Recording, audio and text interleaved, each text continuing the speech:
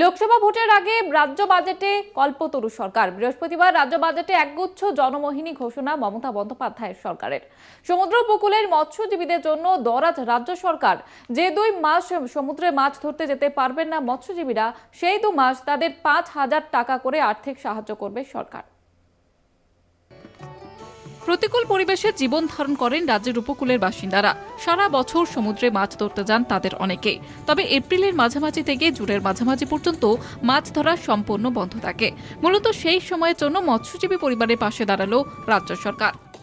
মাছ ধরার ক্ষেত্রে নিষেধ থাকে, এই মৎস্যজীবীদের জীবিকা অর্জনে সমস্যা হয়ে থাকে।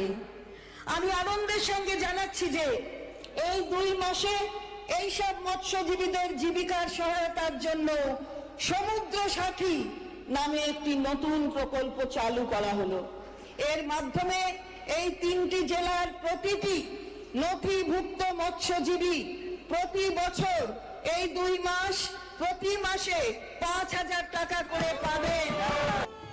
রাজ্য সরকারের সমুদ্র সাথী প্রকল্পে উপকৃত হবেন প্রায় 2 লক্ষ মৎস্যজীবী। এই খাতে সরকারের ব্যয় হবে 200 কোটি টাকা।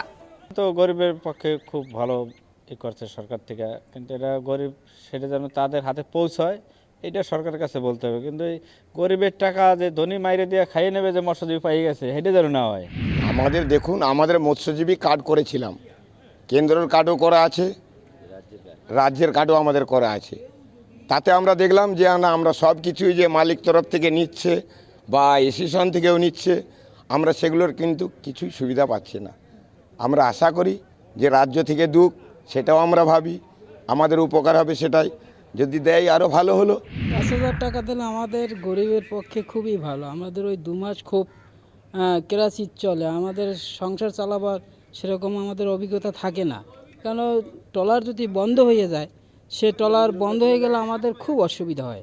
আমরা খুশি তো, আমরা এই যে 2 মাস আমরা বসে থাকি, আমরা কর্মজীবী লোক, আমাদের কাজকর্ম নেই, আমরা যদি 5,000 টাকা পাই আমাদের তো ভালো। তো আমাদের কেন্দ্রের বিরুদ্ধে রাজ্যের আর্থিক বঞ্চনার অভিযোগ নতুন নয়। এই পরিস্থিতিতে রাজ্যবাসীর কথা মাথায় রেখে বাজেটে চমক এনেছে সরকার। এদিনের বাজেট ভাষণে সে কথা উল্লেখ করেছেন মুখ্যমন্ত্রী মমতা বন্দ্যোপাধ্যায়।